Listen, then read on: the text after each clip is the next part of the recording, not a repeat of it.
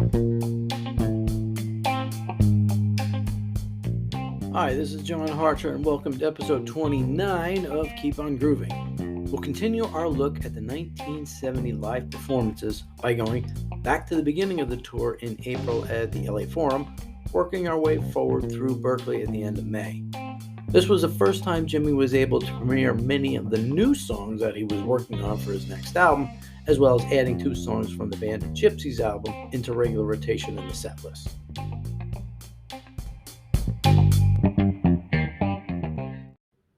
Episode 29, Jimi Hendrix Live 1970, April 25th to May 30th, the LA Forum through Berkeley. As we've mentioned several times, the construction of Electric Lady Studios in 1969 and 1970 caused a bit of a cash crunch for both Hendrix and his management, led by Mike Jeffrey. Adding to this issue was the fact Jimi didn't have a lot of new material Reprise was able to release to generate income. Smash Hits proved to be extremely successful, but it was basically a stopgap measure to have something out there. The Band of Gypsies era from roughly November 1969 through January 1970 yielded an album, but that went to Capitol as part of their breach of contract settlement. Had Reprise tried to fight it on the grounds Jimi got $1 for it, maybe things might have worked out differently, but I guess they had their reasons. So the truest and quickest way to generate income was live performances. This was Jeffrey's fallback position all the way back to the early days of the Animals, which may have partially led to their breakup. Once the Band of Gypsies came to an end, it was time to figure out how to proceed. We've often mentioned Mike Jeffrey's dream was just to get the Experience back together, so he arranged for Jimi, Mitch, and Noel to do an interview for Rolling Stone. It sounded promising, but Jimi really wanted Billy as his bass player, even though he'd gone back to Nashville again. So Jimi called and swore things would be different this time. And Billy, good friend that he was, said, "Like a fool, I came back again." But in some ways, it was different than when he first came a year earlier. They did have a load of songs they'd worked on both before and during the Band of Gypsies. They did a few recording sessions to work on some new songs, including Freedom. We'll go into more detail on this, say it with me, once the Electric Lady studio set comes out. With the wealth of material they had to do in the studio, they came up with a unique plan. Live shows would be mainly restricted to the weekends only, Friday, Saturday, and Sunday. They'd fly out, do the shows, then come back to New York and work on the album during the week. Recording would take place at the record plant until their studio was ready. It wasn't an optimal situation, but it was something. Plans were made to record the band's appearance at the University of California at Berkeley at the end of May for a possible album or film. There was also another film on the horizon, but we'll talk about that again when the time comes. Now, like last episode, we'll go over each concert. Almost all of them are readily available out there. We may not go over each one song by song, but we'll definitely highlight certain shows and performances of note. The tour opened at the LA Forum on April 25th, 1970, almost exactly 1 year to the day from when the Experience played there in 1969. It's not only significant as the first show of this tour, but it was also among the first bootlegs. The show was not professionally recorded like the one the year before, but there were definitely people in the audience taking care of that aspect. Once Jimi passed, one came out from Rubber Dubber Records with a blank white cover with just the words, Jimi Hendrix Live at the Los Angeles Forum, April 25th, 1970. This show would be the first where a number of the songs Jimi was working on would get a live tryout. Plus, as mentioned, a couple of the Band of Gypsies songs from the previous month's album worked their way into regular rotation. Spanish Castle Magic kicks off the show, and the boys sound pretty good right off the bat for not having played together live for almost 8 months. Foxy Lady follows, short and crisp. Jimi introduces the next song as Getting Your Brother's Shoes Back Together. It's really Lover Man, and it's interesting he chooses a title for it very similar to his other live staple that hadn't been released as a studio version. Charles Shaw Murray, in his book Crosstown Traffic, reads into the title even further and links it back to slavery and men not staying around. I think it was just Jimi having a little bit of fun. This is also the version where Jimi debuts the Flight of the Bumblebee section in the solo. Now, to go along with the previous song, the bootleg lists Hear My Train a Comin' under its older name, Getting My Heart Back Together Again. It's a really forceful version, very similar to the one that would be played at Berkeley. Message of Love had its non-banded Gypsies debut here. The Woodstock one I'd call Message to the Universe. It's same song but different. This one tacks pretty closely to the Banded Gypsies version. Another song premiered during the Banded Gypsies run, Easy Rider, debuts here in a quick version, barely longer than the studio one that would come out on Cry of Love. Mitch came up with a unique drum riff as an opening that would continue on with every other version through the rest of the year. Mitch also got to contribute his version of Machine Gun next, where he gives it more of a funereal sound on the snare drum rather than the thunderousness of Buddy's playing. The next selection was a giant medley that ran over 20 minutes. Roomful of Mirrors starts off, and Jimi doesn't quite nail the opening, and Mitch can't quite keep up. Considering this was the first time that quick version was done, it's understandable. Still a really tough song. The debut of Hey Baby was next, complete with a minute-long extended intro. A lot of very nice little segments in here with some interesting playing on the outro, a very promising debut. Villanova Junction returns for the first time since Woodstock in a very samba-esque version. Mitch then takes his drum solo for around 4 minutes, pretty long for him, before Jimi starts noodling back in. He then breaks into Freedom, which has a very enthusiastic reaction from the crowd. Maybe this is one of the reasons why he kept the song in the set all the way through the end of the year. The Star Spangled Banner was up next. The Woodstock film had just been released in March, so the actual performance of the song could now be heard by the general public.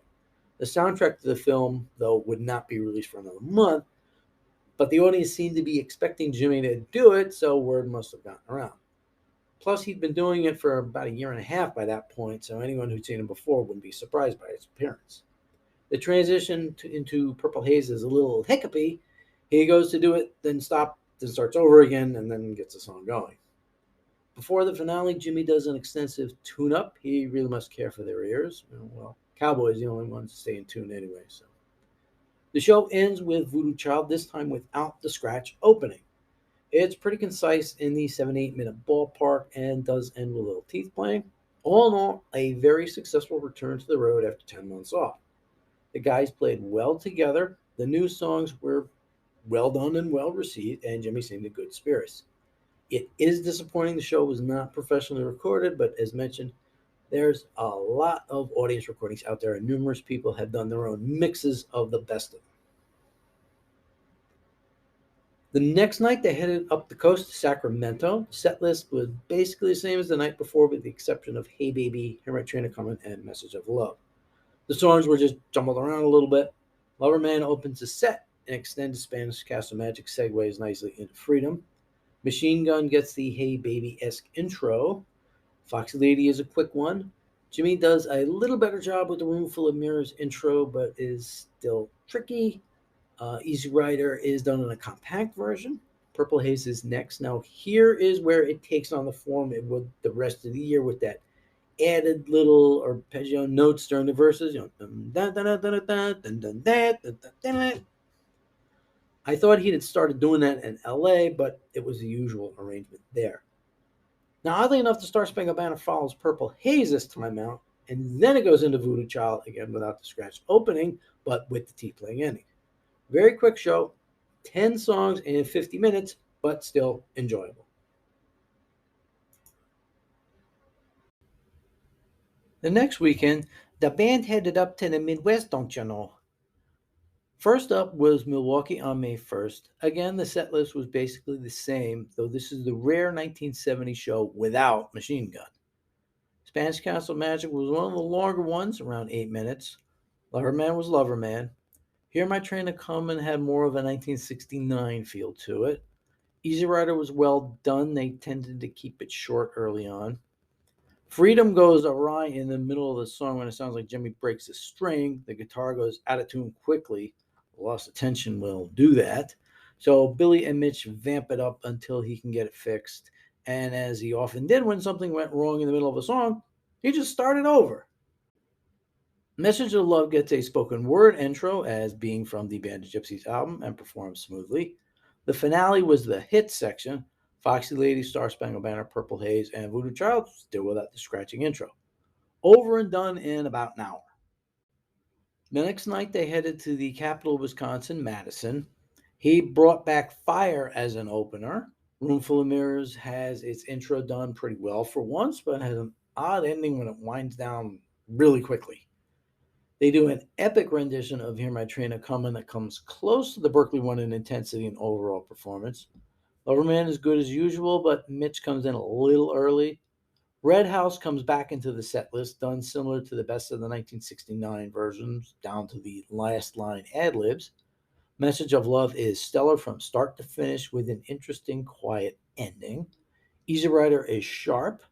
Machine Gun follows, and it includes for the first time the later edition Yonder Stands a Mother verse, at least some version of it. The audience recording is a little muddy. This blends right into the Star Spangled Banner, which then blends right into Foxy Lady, a little on the slower side compared to the last couple of outings. Voodoo Child picks up, still without the scratching intro. Mitch kicks in with a drum solo, then they clumsily move into Purple Haze, but get it together quickly to end the show. Almost a full hour and a half performance. The band is doing well. On Sunday, it was up to the Twin Cities to watch some of Ted Baxter's newscasts before their show that night in St. Paul. Fire is back in the rotation as the opener. Some technical difficulties delay things a bit before the next song, Roomful of Mirrors. Jimi doesn't even try on a whole run up the neck, and he has a hard time getting the song going overall. Loverman is okay, but a little clunky. The band gets back on track with a solid Hear My Train a Comin' that does sort of peter out at the end. Easy Rider is solid and compact. Machine Gun has the You Understand a Mother verse in there again. The audience tape then picks up Freedom from kind of the middle of the first verse, and it cuts in and out, so you can't really judge too well if this was a good version or not. They tended to be going okay, so this is probably the same. The song cuts out at the end, but I can't tell if it's from Jimi ending it or the tape running out. It sounds like he's going to head into Spanish Castle Magic, but does Foxy Lady with an extended feedback intro. He does a relatively short version of Red House, around 7 minutes. The finale of Star Spangled Banner, Purple Haze, with a few extra beats during the intro, and a very short Voodoo Child with no scratching and a false start finish off the night. This is probably the weakest of the show so far due to some technical issues, but they made the best of it. The next night back in New York, the band did a short set at a Timothy Leary benefit. It consisted of Hear My Train a Comin', Freedom, and Red House. There doesn't appear to be any audio of it out there, but there is a short film. It's a little over a minute long. Jimi also helped out Leary on his album You Can Be Anything You Want This Time Around, albeit without his knowledge. Alan Douglas got a hold of the Woodstock jam Jimi, Stephen Stills, and Buddy Miles did back in September 1969, put a Leary speech over top of it, and called it Live and Let Live. Of course, there were no credits on the album, so no residuals, but considering he did this benefit, he'd probably been somewhat okay with it. The next weekend, they headed out to the Old West in cowboy country. First stop was at the University of Oklahoma at Norman. The show starts with a unique version of Fire. It opens with a Little Mitch drum solo. Jimi does half the opening riff a couple times before kicking into it. Halfway through the song, Mitch does a longer drum solo. Once the song ends, it's over 8 minutes, making it, as far as I know, the longest version of the song. A relatively short but fierce Spanish Castle Magic follows. Then comes Machine Gun with a reference to that week's events at Kent State in Ohio. The song has the Hey Baby-esque intro, but longer than its previous incarnation, before moving into a unique finish before the main song starts. We also get the fully formed Yonder Stands a Mother verse for the first time in a live context. A lot of fans consider this one among the best he ever did, comparing it favorably to the album version. Loverman is done slower than usual, more like the 1968 and 69 versions. Foxy Lady is barely the length of the studio version, but well done. Not in the Maui League, but good for its length. Next is a relatively short but forceful version of Hear My Train a Comin'. Message of Love is also on the short side but powerful. Red House is one of the 8-minute versions. The finale of the Star Spangled Banner, Purple Haze, and Voodoo Child is solid, though the tape runs out about 4 minutes into the final song. But a solid show overall, with Machine Gun being a particular highlight. The next night, it was down to Fort Worth. Now, the tape on this one is really bad, so I put this one down as for completists only, and even then, only after you've heard practically every other tape out there. Here's the set list as to compare it with, all the other shows he was doing. Sounded like everything was done okay, but you just can't tell specifics from this tape. So it was Fire, Loverman, Hear My Train a Comin', Foxy Lady, Roomful of Mirrors, Red House, Freedom, Easy Rider, Machine Gun, Star Spangled Banner, Purple Haze, and Voodoo Child. Still without the scratching intro, No Message of Love this time out. Next, it was Sunday in San Antonio. Set list mostly the same as the night before, but no Loverman, which was actually kind of rare at this point. The tape on this one isn't great either, but it's a little clearer than Fort Worth. Fire and Foxy Lady are strong. Machine Gun is a little earlier in the set than usual. Freedom is among the better versions of the ones done so far. He just can't ever get the words right. Red House is pretty short, barely over 7 minutes long. Message of Love is also on the shorter side, around 4 minutes. Hear My Train a Comin' follows the pattern, coming in around 7 minutes, though it does sound like he cuts it short. Jimi then wants to go right into Easy Rider, but then realizes Mitch has to do the usual opening, so he stops and lets Mitch do that. Roomful of Mirrors stumbles on the intro run, but recovers quickly and has a short flamenco-type ending. The Star Spangled Banner and Purple Haze are well done, but Voodoo Child ends about 2/3 of the way through the song. He just kind of cuts it short and finishes the show. Not sure what happened there. Now, the following weekend, they only had one show at Temple University in Philadelphia. And it has an interesting opening. Jimi introduces Sgt. Pepper's, and they do a quick 1-minute version. This then segues right into Johnny B. Good, done for the first time. He dedicates the next song, Machine Gun, to the revolutionaries in Philadelphia and cats fighting wars within themselves. The line he used quite a lot. The tape for Loverman is missing about half the song, but the 1970 versions were pretty set. This one sounds a little slower paced, but sounds good. The tape for Foxy Lady cuts out right before the song ends. It was a Maui-ish type version. Red House was in the 7-minute category. We only get a little snippet of Freedom on the existing tapes out there, mostly the little breakdown jam that's, oddly enough, edited out of the studio version, but it's here in its fully formed glory. The tape comes back in towards the middle of Fire. Sounded pretty enthusiastic. A very slow but short Hear My Train a Comin' follows. The tape cuts in and out, but when it's back, he then starts singing the Keep On Grooving lyrics to the end of the song. Kind of different.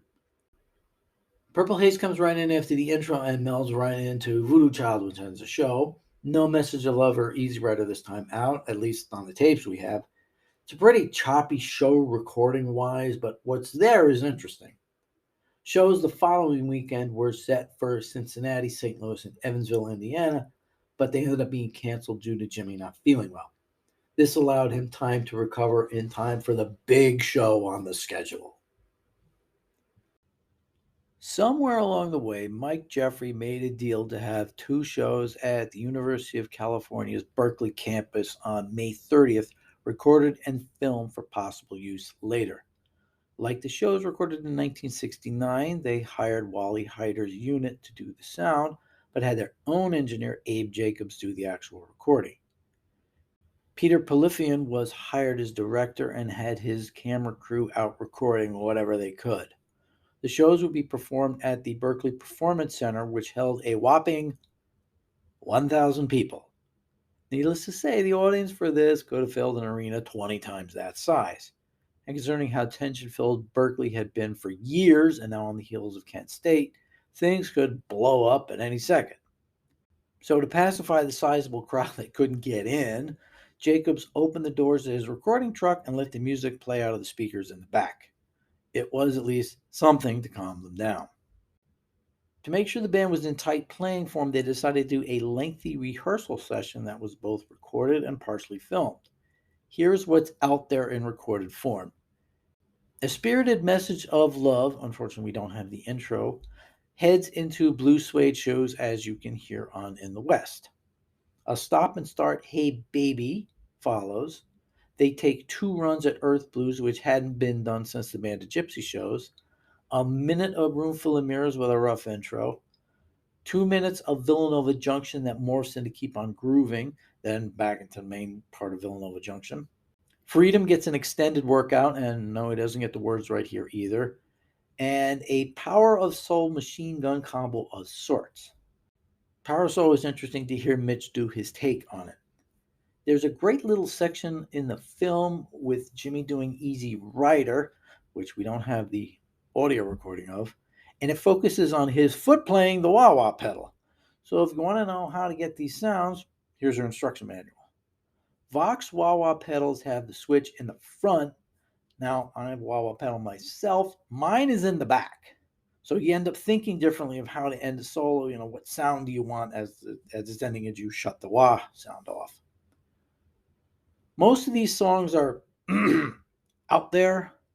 Some aren't. So you may need to resort for the B word, bootleg, for some of these. The first set is a little harder to come by as well, as many of the tracks have appeared on albums in various forms, so you can't just go posting them up on the net due to copyright issues. The show opens with Fire, which is on the Sacred Sources album from Carlos Santana. It's a little ragged, not as tight as some of the other versions they've done earlier in the month, but Jimi sounds like he's having fun, and it starts to come together as the song goes on. They follow this with Johnny Be Good, What the Hell? This is on so many different compilations, starting with In the West, and for good reason. It's probably one of Jimi's 10 best live performances. He just grabbed a hold of a song everybody knows and kind of turns it into his own. Now, how could you possibly follow this? By coming up with the definitive performance of the 2.5-year-old chestnut, Hear My Train A-Comin'. This version is similar to the best Red Houses, as it has several movements where Jimi does one type of playing, then moves on to another, then on to another. A consummate performance that, like Machine Gun, was never really equaled in the studio. Its appearance on Rainbow Bridge only solidified its reputation. Foxy Lady is next, and it sort of splits the difference between the fast and slow versions. It's a little on the loose side, not as tight as Maui. Machine Gun starts a little slow, then gets very intense in the middle, but kind of winds down a little quietly. It's a little strange. Freedom, which appeared on a bonus CD with the UK version of the Jimi Plays Berkeley VHS tape, gets an extended workout this time out, around 4.5 minutes worth. Red House is a shorter one, around 7 minutes, and it appears on West Coast Seattle Boy. Message of Love, another song from Sacred Sources, is ragged at the start but finishes nicely. Easy Rider appears here as the longest version of the song ever done. The question is, how long is it? If you hear it on Band of Gypsies 2, it's over 8 minutes long, almost 9. On the UK Berkeley CD included with the VHS, it's a little over 7 minutes.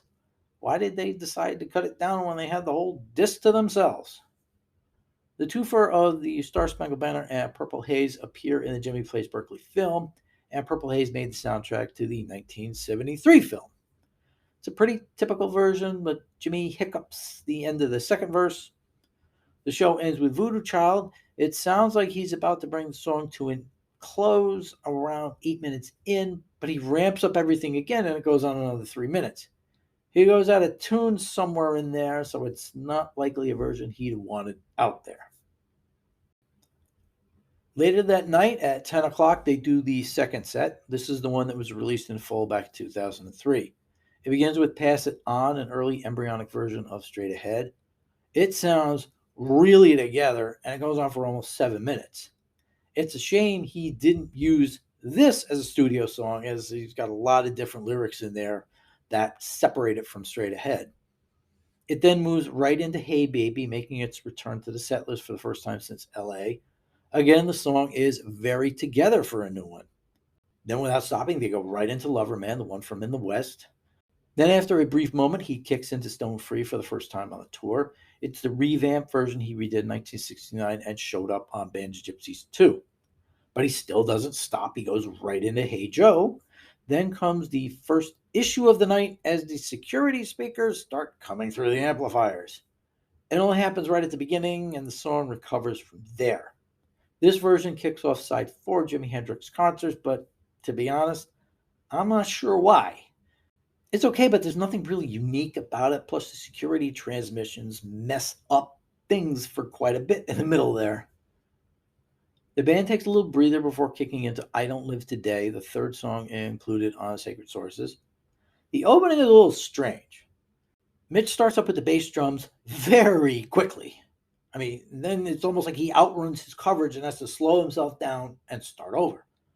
But he's still quick, so when Jimi starts the song, he dials it back to have Mitch match his pace. The song really wasn't done much on the 1970 tour. Maybe this album was kind of wild. I don't know, Mitch seems to be a little off on this. Next up is Machine Gun, my personal favorite version after the original Band of Gypsies one. It's similar to that one in that this just had everything coming together and working perfectly. And it also has the additional Yonder Stands a Mother verse. Again, it's an official release and it sounds clear. So this is like an alternate to that. Next, Foxy Lady starts off well, but then Jimi goes badly out of tune, and it sounds like he heads off stage to get it all fixed up. Now, this version of Foxy Lady I can understand not releasing.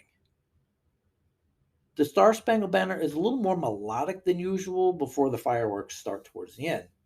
Purple Haze is a really quick one. It's just over 3 minutes long. The show ends, as usual, with Voodoo Child. This version has the Keep on Grooving lyrics included in the middle section, but still no scratching. Overall, one of the best shows of the tour so far, even with the 2 minor hiccups. Now, remember back in 1972, Eddie Kramer didn't think they could have made an album out of these recordings. From what I hear, this easily could have been a 2-record set. Side 1 could have been Fire. I know it's a little loose, but not too bad. Johnny Be Good and Hear My Train A-Comin'. Side 2 could have been Freedom, Easy Rider, Star Spangled Banner, Purple Haze. Side 3 could have been the first 4 songs from set 2, Pass It On, Hey Baby, Lover Man, Stone Free. Then side 4 could have been Machine Gun and Voodoo Child. And that's not thinking about utilizing the rehearsals. Unfortunately, the album never happened, and the film was a bit disjointed at barely 50 minutes long. The revamped version from 2012 is a little better, but it's still not the film it should have been. So overall, the first month back on the road was a pretty good run of shows. The new songs were generally well received and performed tightly, though the intro to both Room Full of Mirrors and Message of Love proved to be a little tricky at times, and he never did get the words to freedom right. The oldies were also done with enough gusto to overcome whatever boredom Jimi may have had with them from time to time. Purple Haze got the little addition during the verses with the arpeggio, and Voodoo Child never had the scratch intro, which is odd. Machine Gun proved to be the highlight on many nights. I'd say LA and Berkeley were the best of the bunch. A lot of fans seem to enjoy Madison, and Temple has some interesting off-the-wall moments. Fort Worth may have been a good performance, but we just can't hear it. What would the next month bring? We'll find out next time.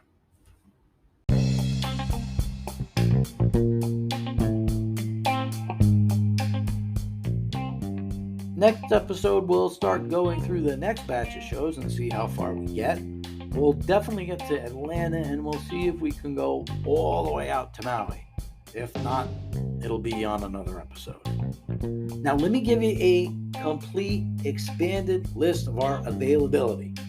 As usual, we've been on Spotify, Apple, Google, and Amazon. Turns out we've actually been on Stitcher quite a while. I wasn't sure about that, but had that confirmed.